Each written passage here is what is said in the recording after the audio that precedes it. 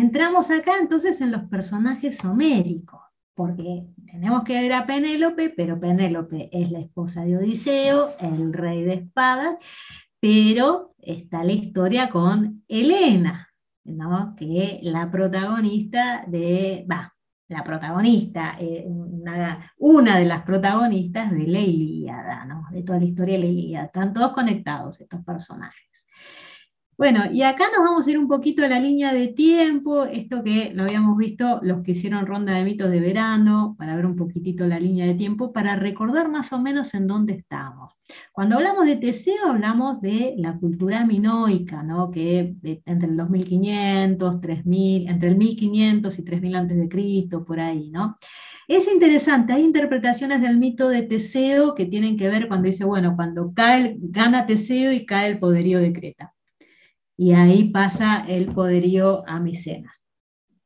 Después del 1500, del 15 al 12, más o menos, es como la cultura micénica. Y se dice que en esa época son como la época de esas grandes historias donde cuando Homero narra las historias de la Ilíada, de la Odisea, está haciendo referencia a ese tiempo. Después, entre el 12 y el 8 le llaman Edad Oscura, porque bueno, hubo como muchos temas de invasiones, de cosas, y no hay como mucho soporte. Tanto la micénica como la minoica tenían como un alfabeto, que era el lineal B y el lineal A. El lineal B se pudo traducir, el A todavía no. Pero bueno, eran otros tipos de alfabeto que el que surge en el siglo IX. En el siglo IX surge el alfabeto griego, que deriva del fenicio. Entonces, todas estas historias que venían de la oralidad, empiezan a aparecer los poetas y se empiezan a plasmar en escrito. Entonces tenemos la suerte que nos llegaron enteros los poemas de Homero, la Ilíada y la Odisea, y también bueno, nos llegó de Hesíodo la Teogonía, y bueno, todo ese material increíble que nos llegó. De Homero hemos hablado, algo bueno, que hay todo un tema que se llama la cuestión homérica, no se sabe si existió, si no existió, si fue un poeta, si fue mucho, si fue mujer. Varias ciudades decían que Homero era de su ciudad. Hay como que, bueno, como que a nivel histórico no se puede precisar. Pero las obras sí llegaron completas, Odisea y Ilíada sí. De Hesíodo sí se lo pudieron precisar más históricamente como poeta, ¿no? Y parece que fueron casi contemporáneos. Entonces, lo que nosotros vimos de la historia de Teseo, imagínense, fue contándose todo a nivel oral, ¿no? Todo eso a nivel oral. Y recién en el 8, bueno, aparecen estas primeras super obras que marcaron todo el mundo occidental, que son estas de Homero, ¿no? y Hesíodo, ¿no? Acá los tenemos, acá, a los super grandes poetas que marcaron todo y que también, bueno, se convirtieron en la educación de Grecia. Recién para el siglo V, entre el sexto y el quinto, los filósofos empezaron a cuestionarlos, ¿no? Pero bueno, cosas entendibles, ¿no? Que van sucediendo de épocas a épocas. Pero bueno, todo lo que transmitieron ellos fue como la base de toda la cultura occidental. Y bueno, lo que vamos a ver, ¿no? Como de estos personajes de Homero, que tienen que ver con la Ilíada y la Odisea. Y bueno, y vamos a ver la historia de un poquitito de Helena, que nosotros la vamos a ver en La Reina de Copas. Todo esto nosotros estuvimos viendo una antesala de esta historia cuando vimos la carta de los enamorados, ¿no? La carta 6, donde este personaje Paris, que era príncipe de Troya, tenía que elegir qué diosa era más bella, ¿no? Entonces, vamos viendo que hay como relación entre los arcanos menores y mayores. Vamos a ver a la bella Helena. Esta es muy linda, esta es una ilustración se llama de Evelyn de Morgan, tiene varias así de mitos muy lindas de Helena, la vemos bellísima. Helena, que a veces era conocida como Helena de Troya o como Helena de Esparta, porque en realidad ella estaba casada con Menelao, que era rey de Esparta. Era hija de Zeus, o sea, tenía un origen divino, era hijo de Zeus y de Leda. De esta princesa Leda se dice que, se me adelantó, acá de esta princesa Leda es la historia de cuando Zeus se convirtió en cisne.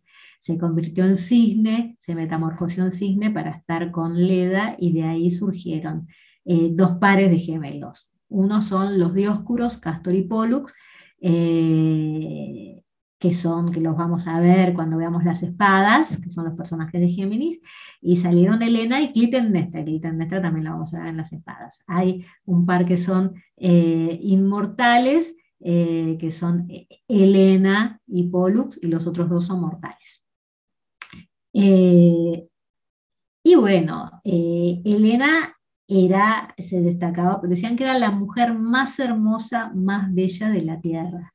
Eh, y bueno, y encima era hija de un dios, o sea, era como una belleza increíble. Y bueno, y en las antesalas de la guerra de Troya sucede lo siguiente. Hubo un banquete en el Olimpo por unas bodas, unos personajes que se llamaban Tetis, una diosa que se llamaba Tetis con un personaje que se llamaba Peleo. No invitaron a la diosa de la discordia, Eris, porque era una diosa muy tremenda que siempre armaba discordia, como su nombre lo decía. Y bueno, la diosa se presentó igual, ¿y qué hizo? Llevó un regalo para la diosa más hermosa. Y bueno, y eso desató toda la discordia, porque llevó una manzana dorada increíble y dijo, esto es para la diosa más hermosa. Y todas las diosas empezaron a competir.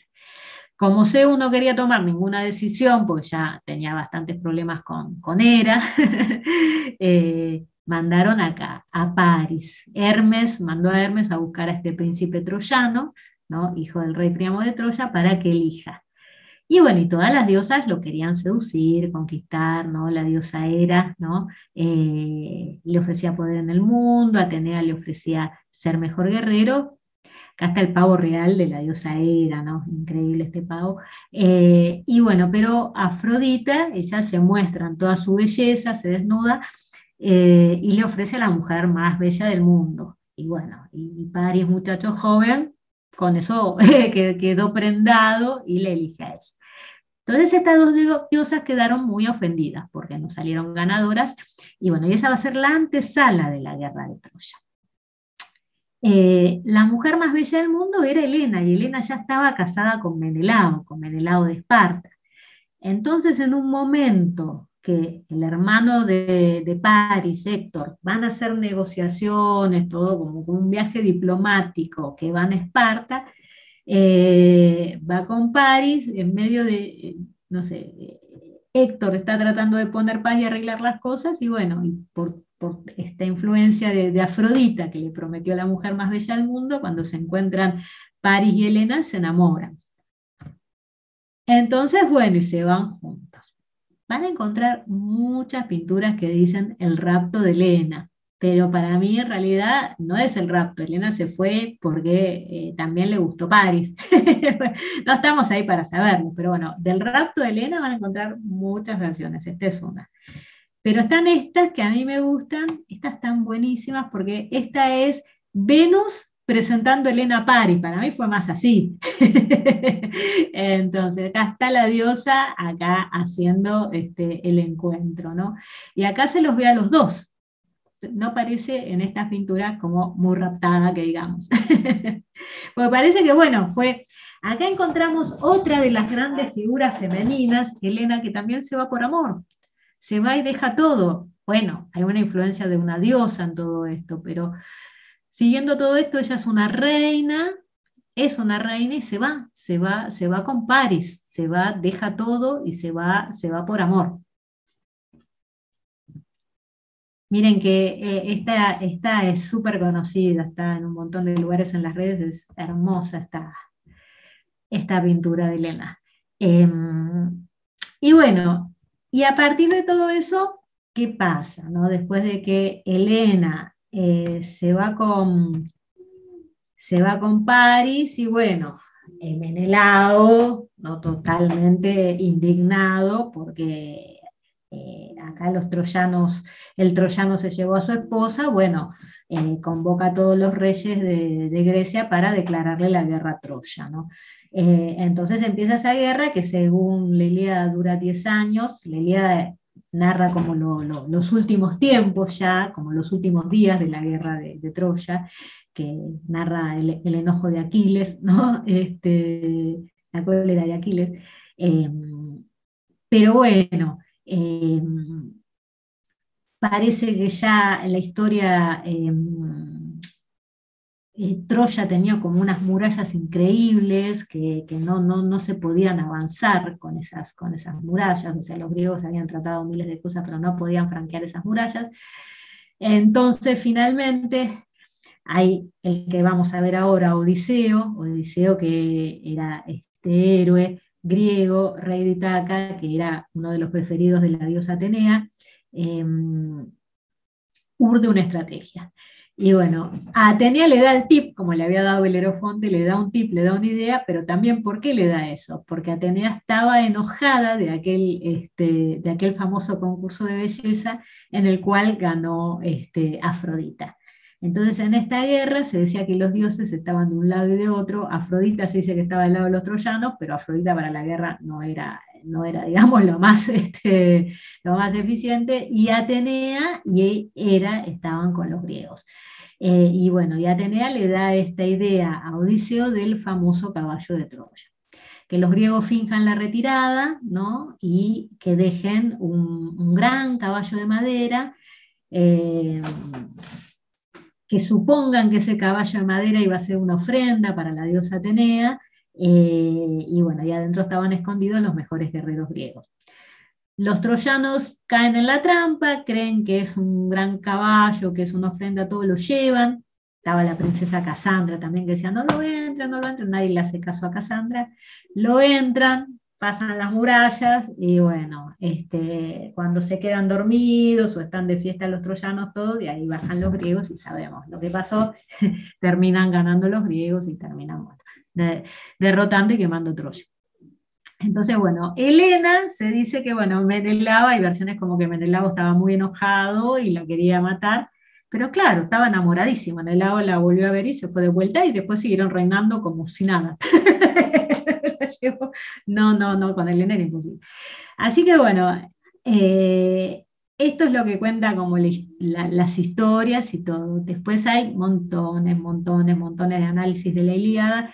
Muchos dicen que le quieren echar la culpa a la pobre Helena, pero lo que pasaba en realidad que Troya, que se llamaba Ilión, era como una ciudad muy rica, muy próspera y estaba en un lugar muy estratégico. Y en realidad los griegos la querían invadir hace mucho. Entonces aprovecharon la movida de Helena y cayeron con todo. Eso son como, bueno, distintas interpretaciones que se van haciendo a lo largo del tiempo. ¿Cómo la toma Lisgrín, no? Lisgrín la toma a Helena como representante del mundo de los sentimientos. Ella se guía por los sentimientos. Pero es interesante porque nosotros, cuando veamos vamos a volver a recordarlo la próxima clase, ¿no? Con la reina de copas del White. La reina de copas del White parece como muy introvertida, muy para adentro, más de tipo intuitiva. En cambio, ella es la que se conecta por amor. Yo siempre con Helena, acá me acuerdo de la historia esta de la película Los Puentes de Madison, ¿no? Y me acuerdo en la situación que se ve la protagonista, Meryl Streep, si se queda con su marido o se va con Clint Eastwood. Y si hubiese sido Helena, se va con Clint Eastwood. Acá, y bueno, Helena sigue ese deseo, entonces está conectado y sigue el mundo de sus sentimientos, está conectada con la seducción, con la belleza, también con la profundidad.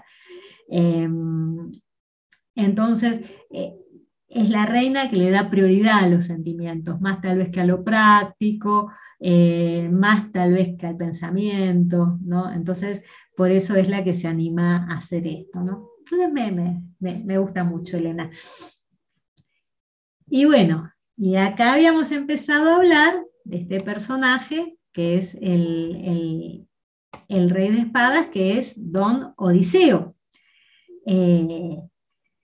Y dijimos que era uno de los favoritos de la diosa Atenea, porque la diosa Atenea, ¿qué valoraba? La inteligencia, el saber. Eh, y bueno, y se decía de Odiseo que era el personaje, el héroe más astuto de todos. No era como vimos de Belerofonte, que tenía esta cosa que mataba a la quimera, o vimos de Teseo, no era tan de ese tipo de valentía, pero era el ideólogo, el que pensaba todas las cosas. Y por eso lo fueron a buscar, para que vaya a Troya, él no quería ir, y por eso fue el que terminó, digamos, con lo decisivo ahí, ¿no? Terminó como dando la acción decisiva para la victoria. Acá esta es una imagen de una vasija, ¿no? Entonces se dice que era hijo de Laertes y de Anticlea, rey de Itaca, era esposo de Penélope, que vamos a ver ahora después de él, y tuvo un hijo que se llamó Telémaco. Cuando empieza la guerra de Troya, su hijo estaba recién nacido, y se va, y bueno, y la guerra de Troya, ahí como van narrando las historias y todo, dura 10 años. Pero después, cuando él va a retornar, o sea, bueno, ganan los griegos, sale victorioso, él está como esto que hablábamos, como con una euforia, esta cosa de lo desmedido, esta cosa de una euforia impresionante, porque salieron ganadores, derrotaron a los troyanos, todo.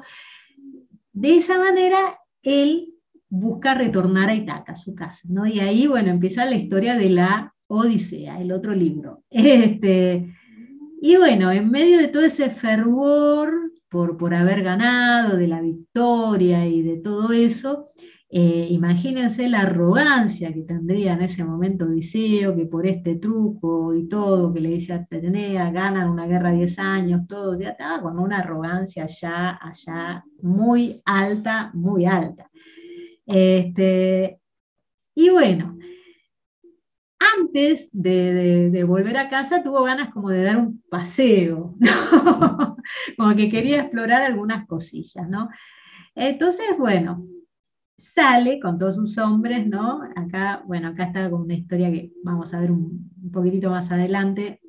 Acá está atado el mástil, que este es un truco que va a hacer después, pero sale de viaje con sus hombres y se manda una recorrida que él pensaba que iba a ser breve antes de llegar a su casa.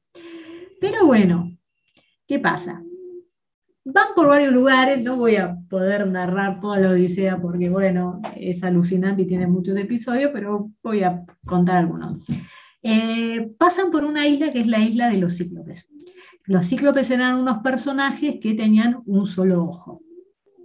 Eh, ¿Qué vio Odiseo? Vio que era una isla próspera, que estaba muy buena, entonces la quiso explorar, porque también tenía eso, ¿viste? Como le llamaban la atención como lugares prósperos, era curioso, era ambicioso, eh, también quería llevarse sus botines de guerra, bueno. Y llega ahí y va con sus hombres y van y entran en una cueva. Eh, y bueno, y ve que había como cosas, comida en la cueva y todo esto.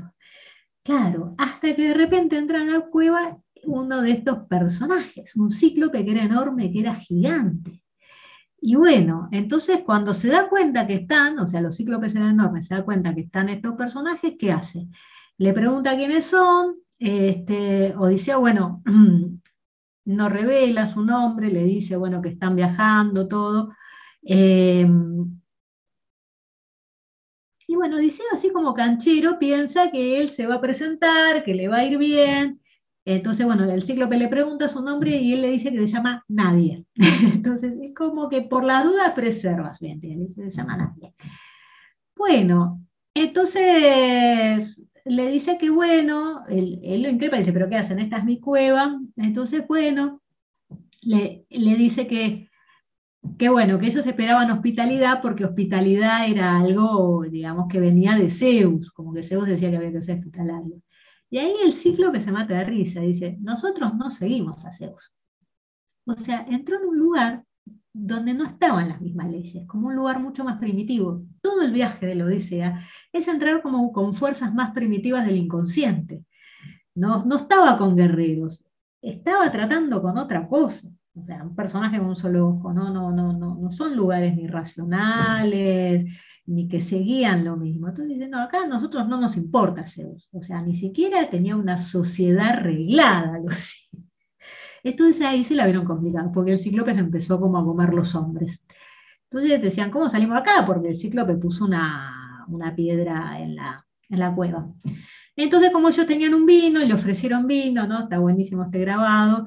Entonces, con el vino, se ve que se queda medio dormido. Ahí aprovecho Odiseo, tenían como una lanza de madera, todo, como que le afilan la punta y cuando está dormido lo atacan, ¿no? Se la clavan en su único ojo. Entonces, ahí el cíclope sale de la cueva desesperado diciendo que lo habían lastimado. Los otros cíclopes le preguntan, ¿pero quién te lastimó? ¿Quién te está lastimando? Y ahí, bueno, donde es efectivo el truco, la astucia de Odiseo, dice, nadie, nadie me lastimó. Entonces los otros cíclopes le dijeron, ah, bueno, nadie te lastimó, está bien. Entonces así, bueno. Y entonces con otros trucos más logra hacer otros trucos y termina a engañar, ¿no? Salen de una manera distraída a la cueva, ¿no? O sea, algo súper pensado, logran salir, y bueno, y lo engañan al cíclope. Vuelven al barco, ¿no? Igual ya se había comido varios hombres este personaje. Cuando sube al barco, Odiseo, en su gran arrogancia, el cíclope gritando, les está diciendo de todo, Polifemo se llamaba, Odiseo, para hacerle el canchero, le dice, ¿sabés quién tiró? Ahora te voy a decir quién soy. Yo, Odiseo, rey de Itaca, hijo de Laerte. Yo digo, bueno, todos los datos. Le dio todos los datos a la FIP, ya está. Sonó. Listo. Y claro, no contaba que este personaje era hijo de Poseidón, y él tenía que volver por mar. Poseidón, rey del mar, y él tenía que volver por mar. Y bueno, entonces Poseidón lo escuchó, ¿viste? Dijo, ah, vos lastimaste a mi hijo, dice, no vas a volver nunca más, no vas a llegar nunca más. Si llegás, vas a llegar tarde, viejo, y solo le mandó todas. Y bueno, y así fue como duró, ¿no? Toda la Odisea, porque no le pasó de todo. Por eso hoy en día usamos la palabra Odisea para cuando queremos hacer algo y se complica tanto, y decimos, mira, es una Odisea, ¿no? En un momento pasó por un lugar donde estaban las sirenas, unas sirenas que eran estos personajes, y se decían que cuando se escuchaba el canto de las sirenas, era tan seductor ese canto que las personas iban ahí y terminaban estrelladas contra las rocas. Y bueno, entonces él, en esta inteligencia, ¿qué hizo? Pidió que le pongan tapones en los oídos a la tripulación y que a él lo aten al mástil, porque él quería escuchar. Pero sabía que le iba a pasar lo mismo, entonces acá está atado al mástil el canto de las sirenas y así pasaron. Él pudo escuchar ese canto que se decía que era como enloquecedor, pero lograron pasar ese peligro. Acá está acá de Waterhouse, está esta ilustración acá. Están, en algunos lugares en la antigüedad las representaban también las sirenas como volando también, ¿no? Como esa vasija, ¿no? Impresionante. Y bueno, pasó por miles de lugares, no vamos a llegar a relatar todo, pasó por miles de lugares. En un momento pasó por lo de la isla de Circe, nosotros nombramos la otra vez a Circe, la maga Circe. Los hombres de él se quisieron hacer los cancheros, y que hizo Circe, les dio toda una poción y los convirtió a todos en cerdos.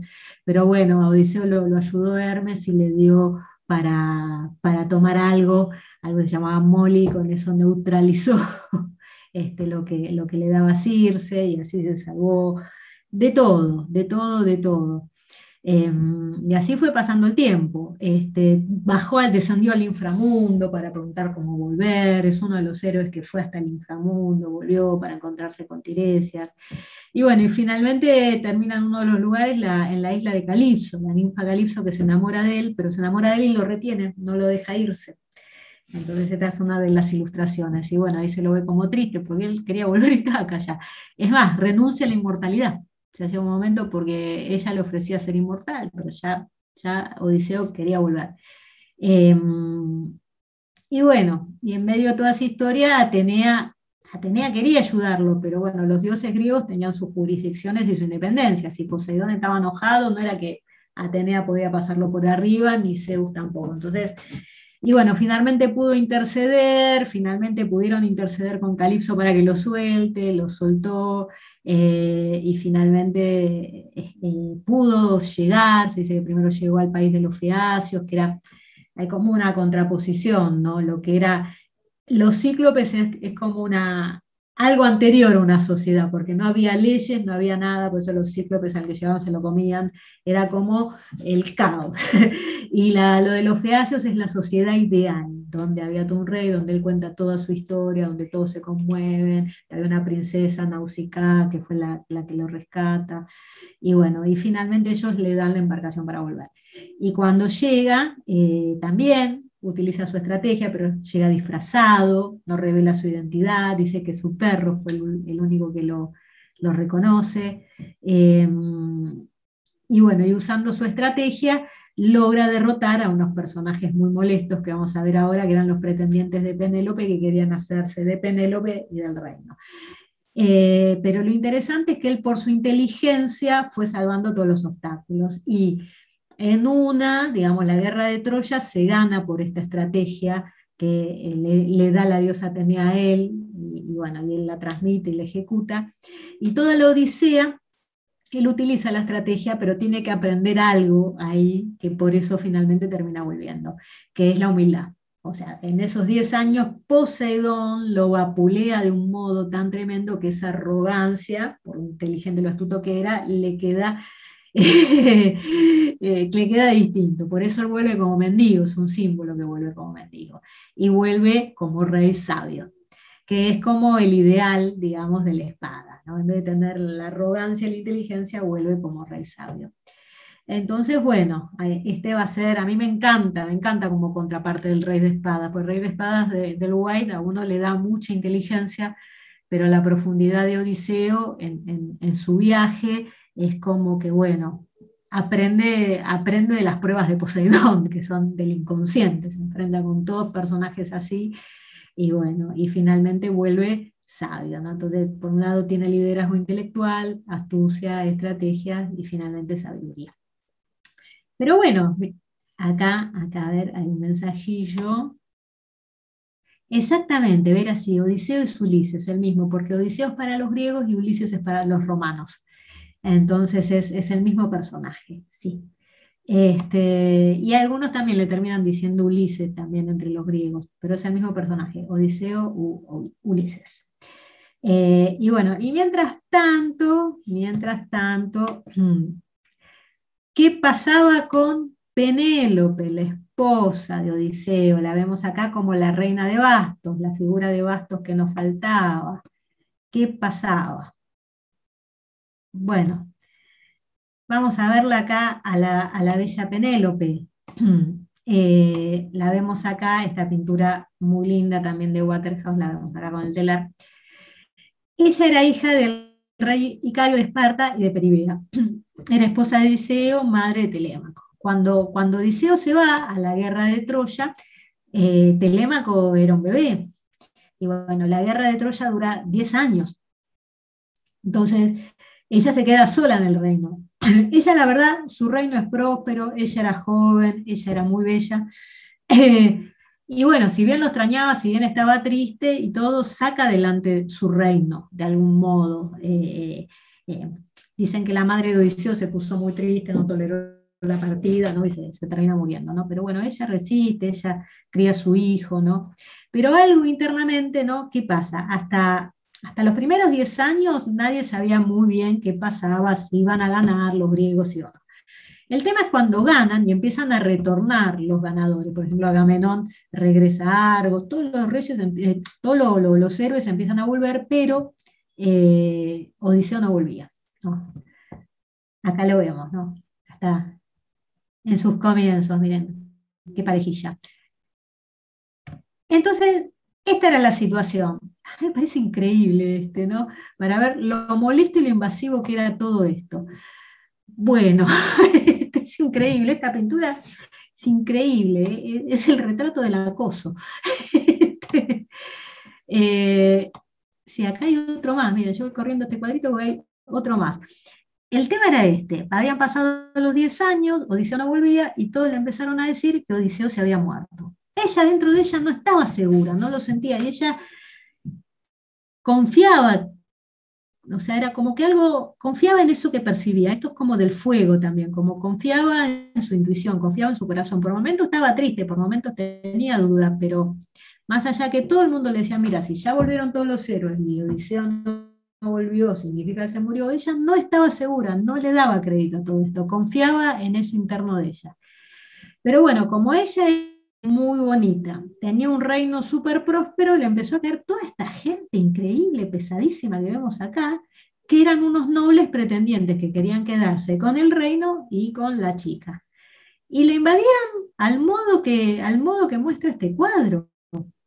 Se le instalaron ahí en Itaca, le comían de las cosas, y bueno, por la ley de hospitalidad no los podía echar, pero no solo por eso. Ella estaba como mujer sola, no tenía ejército, y a esa altura su hijo tenía 18 años. No, tampoco era alguien que podía tomar el reino y bueno, y enfrentar la situación. Entonces se vio sometida a todo este acoso de todos estos pesados, instalándose en el reino, comiéndole todo, acosándola y bueno, obligándola a que se case y que elija uno de ellos. Acá me parece lo interesantísimo de Penélope, lo interesantísimo es que ella no cede a esto. Por más que todos le dicen Odiseo se murió, ella no está segura y no se entrega a todo esto, no se somete. Esto es como muy del fuego, no se somete. Eh, entonces, bueno, acá arma un truco creativo, ¿no? Y es el truco este que conocemos, que para frenar a toda esta gente lo que propone es decir, bueno, está bien, me voy a casar, pero me voy a casar cuando termine de tejer una mortaja para mi suegro Laertes. Entonces acá está este truco que conocemos, ¿no? Que de día tejía y de noche testejía. Entonces vemos como una salida creativa, mientras lo manda, su hijo Telémaco lo manda a hablar con otro cero, lo manda a buscar a ver si alguien sabe algo de su padre, va buscando salidas creativas frente a esta situación. Acá la vemos tejiendo, acá también la vemos porque también pasaba como sus momentos de tristeza en todo esto. Eh, y bueno, ¿cómo fue la historia? Finalmente llega Odiseo a Ítaca y bueno, y llega disfrazado.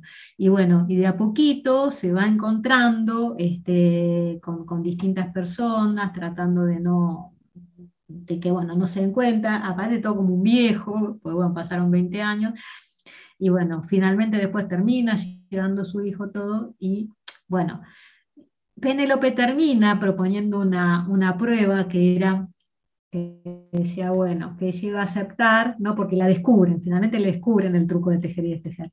Entonces dice, bueno, que se iba a casar si alguien lograba pasar una flecha por el ojo de 12 hachas, ¿no? Como por el agujerito del hacha, todas alineadas, lograr pasar una flecha por ahí, toda una prueba de super precisión. Y Odiseo era algo que sabía hacer. Entonces ahí se presentó Odiseo y bueno, nadie creía porque como estaba así, todo viejo, desaliñado, desarreglado, todos decían, este anciano que pretende, y bueno, finalmente Odiseo hace la hazaña, termina sacando a todos los pretendientes, liquidando a todos los pretendientes y bueno, finalmente después se encuentran con Penélope, porque Penélope también lo puso a prueba para ver si era él, ¿no?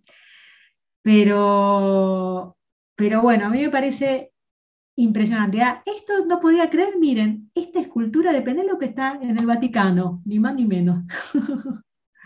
Impresionante, está ahí.